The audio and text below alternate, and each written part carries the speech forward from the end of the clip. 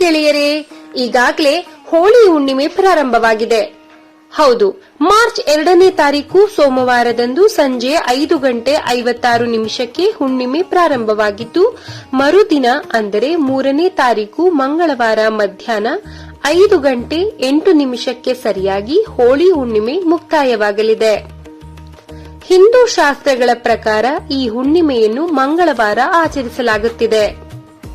ಈ ಕೇತುಗ್ರಸ್ತ ಚಂದ್ರಗ್ರಹಣದ ಸ್ಪರ್ಶಕಾಲ ಮಧ್ಯಾಹ್ನ 3:20 ಮಧ್ಯಕಾಲ ಸಂಜೆ 5:04 ಮೋಕ್ಷಕಾಲ ಸಂಜೆ 6:48. ಜ್ಯೋತಿಷ್ಯ ಶಾಸ್ತ್ರದ ಪ್ರಕಾರ ಸಾಮಾನ್ಯವಾಗಿ ಗ್ರಹಣಗಳು ಸಂಭವಿಸಿದಾಗ ಅವು 12 ರಾಶಿಗಳ ಮೇಲೆ ವಿವಿಧ ರೀತಿಯ ಪರಿಣಾಮ ಬೀರುತ್ತದೆ. ಕೆಲವು ರಾಶಿಗಳಿಗೆ ಗ್ರಹಣಗಳು ಶುಭ ಫಲವನ್ನು ನೀಡಿದರೆ, ಇನ್ನು ಕೆಲವು ರಾಶಿಗಳಿಗೆ ಅಶುಭ ಮತ್ತು ಮಿಶ್ರ ಫಲವನ್ನು ನೀಡುತ್ತೆ. ಇದಲ್ಲದೆ ವಿಶ್ವದ ಮೇಲೆ ಕೂಡ ಗ್ರಹಣಗಳು ಪರಿಣಾಮ ಬೀರುತ್ತೆ. ಹಾಗಾದ್ರೆ ನಾವು ಈ ವಿಡಿಯೋದಲ್ಲಿ ಗ್ರಹಣದಿಂದಾಗಿ ಯಾವ ರಾಶಿಗಳಿಗೆ ಶುಭ, ಯಾವ ರಾಶಿಗಳಿಗೆ ಅಶುಭ ಹಾಗೂ ಮಿಶ್ರ ಫಲ ಪಡೆಯುತ್ತಾರೆ ಎಂಬುದರ ಬಗ್ಗೆ ಪೂರ್ಣ ಮಾಹಿತಿ ಇಲ್ಲಿದೆ. ಮೊದಲು ಗ್ರಹಣ ದೋಷ ಇರುವ ರಾಶಿಗಳ ಬಗ್ಗೆ ತಿಳಿಯೋಣ. ಈ ರಾಶಿಗಳು ಯಾವುವು ಎಂದರೆ ವೃಷಭ, ಸಿಂಹ, ಕನ್ಯಾ, ಮಕರ. ಈ 4 ರಾಶಿಯ ಜನರು ಗ್ರಹಣ ದೋಷದಿಂದಾಗಿ ನಕಾರಾತ್ಮಕ ಪ್ರಭಾವವನ್ನು ಎದುರಿಸಬೇಕಾಗುತ್ತದೆ ಎಂದು ಜ್ಯೋತಿಷ್ಯ ಶಾಸ್ತ್ರ ಹೇಳುತ್ತದೆ. ಈ ರಾಶಿಯ ಜನರಿಗೆ ಮಾನಸಿಕ ಒತ್ತಡ, ಆರೋಗ್ಯದಲ್ಲಿ ಏರುಪೇರಾಗುವ ಸಂಭವ, ಖರ್ಚು ಹೆಚ್ಚಾಗುವುದು, ಆರ್ಥಿಕ ನಷ್ಟ, ಕುಟುಂಬದಲ್ಲಿ ಸಣ್ಣ ಪುಟ್ಟ ಕಲಹ, ಆತಂಕ, ಜೀರ್ಣಕ್ರಿಯೆ ಸಮಸ್ಯೆ ಸೇರಿದಂತೆ ಅನೇಕ ಪ್ರಭಾವಗಳಿರುತ್ತೆ. ಇನ್ನು ಈ ರಾಶಿಯವರಿಗೆ ಪರಿಹಾರವೆಂದರೆ ಆದಷ್ಟು ಗ್ರಹಣ ಕಾಲದಲ್ಲಿ ಪ್ರಯಾಣ ಮಾಡುವುದನ್ನು ತಪ್ಪಿಸಿ. ಹೊಸ ವ್ಯವಹಾರಗಳನ್ನು ಗ್ರಹಣದ ಸಮಯದಲ್ಲಿ ಮಾಡದಿರಿ. ಕೋಪದ ಮೇಲೆ ನಿಯಂತ್ರಣವಿರಲಿ. ಗ್ರಹಣದ ವೇಳೆ ಓಂ ನಮಃ ಶಿವಾಯ ಎಂದು 108 ಬಾರಿ ಜಪಿಸಿ.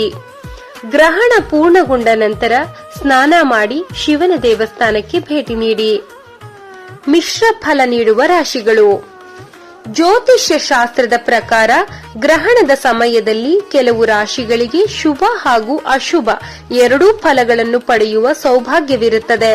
ಅಂತಹ ರಾಶಿಗಳನ್ನು ಮಿಶ್ರ ಫಲ ಪಡೆಯುವ ರಾಶಿಗಳು ಎಂದೇ ಕರೆಯಲ್ಪಡುತ್ತವೆ. ಈ ಕೇತುಗ್ರಸ್ತ ಚಂದ್ರಗ್ರಹಣದಲ್ಲಿ ಮಿಶ್ರ ಫಲ ಪಡೆಯುವ ರಾಶಿಗಳೆಂದರೆ ಮೇಷ, ಕರ್ಕ, ಧನು ಹಾಗೂ ಕುಂಭ. ಈ 4 ರಾಶಿಯ ಜನರು ಗ್ರಹಣದ ಪ್ರಭಾವದಿಂದಾಗಿ ಮಾನಸಿಕ ಆತಂಕ, ಕುಟುಂಬದಲ್ಲಿ ಸಣ್ಣ ಪುಟ್ಟ ಮನಸ್ತಾಪಗಳು, ಹೆಚ್ಚು ಖರ್ಚು, ಕೆಲಸದ ಒತ್ತಡಗಳಿದ್ರೂ ಕೂಡ ವೃತ್ತಿ ಜೀವನದಲ್ಲಿ ಮೆಚ್ಚುಗೆ, ಸಮಾಜದಲ್ಲಿ ಗೌರವ, ಹಳೆ ಹೂಡಿಕೆಗಳಿಂದ ಲಾಭ, ಹೊಸ ಜವಾಬ್ದಾರಿ ಸೇರಿದಂತೆ ಅನೇಕ ಲಾಭಗಳನ್ನು ಪಡೆಯುತ್ತಾರೆ. ಈ ರಾಶಿಯವರಿಗೆ ಪರಿಹಾರವೇನೆಂದರೆ ಈ 4 ರಾಶಿಯ ಜನರು ಗ್ರಹಣದ ಸಮಯದಲ್ಲಿ ದೇವರ ಪ್ರಾರ್ಥನೆ, ಮಂತ್ರ ಪಠನೆ ಮಾಡುವುದು ಅತ್ಯಂತ ಉತ್ತಮ. ಗ್ರಹಣ ಪೂರ್ಣಗೊಂಡ ನಂತರ ದೇವಸ್ಥಾನಗಳ ಭೇಟಿ ನಕಾರಾತ್ಮಕ ಪ್ರಭಾವವನ್ನು ಮತ್ತಷ್ಟು ತಗ್ಗಿಸುತ್ತೆ. ಶುಭ ಫಲ ಪಡೆಯುವ ರಾಶಿಗಳು. ಜ್ಯೋತಿಷ್ಯ ಶಾಸ್ತ್ರದ ಪ್ರಕಾರ ಗ್ರಹಣದ ಸಮಯದಲ್ಲಿ ಕೆಲವು ರಾಶಿಗಳಿಗೆ ಗ್ರಹಗತಿಗಳು ಉತ್ತಮವಾದ ಫಲವನ್ನು ನೀಡುತ್ತವೆ. ಅಂತಹ ರಾಶಿಗಳ ಮೇಲೆ ಗ್ರಹಣದ ನಕಾರಾತ್ಮಕ ಪ್ರಭಾವ ಕಡಿಮೆ ಇದ್ದು ಶುಭ ಸೂಚನೆಗಳನ್ನು ಜೀವನದಲ್ಲಿ ಕರುಣಿಸುತ್ತವೆ. ಅಂತಹ ರಾಶಿಗಳೆಂದರೆ ಮಿಥುನ, ತುಲಾ, ವೃಶ್ಚಿಕ ಹಾಗೂ ಮೀನ. ಈ ರಾಶಿಯ ಜನರಿಗೆ ಆರ್ಥಿಕವಾಗಿ ಲಾಭದಾಯಕ ಸಮಯವಾಗಿದೆ. ಹೊಸ ಆಸ್ತಿ, ವಾಹನ ಖರೀದಿ, ಸಮಾಜದಲ್ಲಿ ಗೌರವ, ವೃತ್ತಿ ಜೀವನದಲ್ಲಿ ಪ್ರಗತಿ, ಉತ್ತಮ ವೈವಾಹಿಕ ಜೀವನ ಸೇರಿದಂತೆ ಅನೇಕ ಉತ್ತಮ ಪರಿಣಾಮಗಳನ್ನು ಗ್ರಹಣದ ಮೂಲಕ ಪಡೆಯುತ್ತಾರೆ. ಆದರೂ ಸಹ ಗ್ರಹಣದ ನಂತರ ಈ ರಾಶಿಯವರು ದೇವಸ್ಥಾನಗಳಿಗೆ ಭೇಟಿ ನೀಡುವುದರಿಂದ ಉತ್ತಮ ಫಲಗಳನ್ನು ಶೀಘ್ರವಾಗಿ ಪಡೆಯುವ ಆಶೀರ್ವಾದ ತಮ್ಮದಾಗಿಸಿಕೊಳ್ಳಬಹುದು.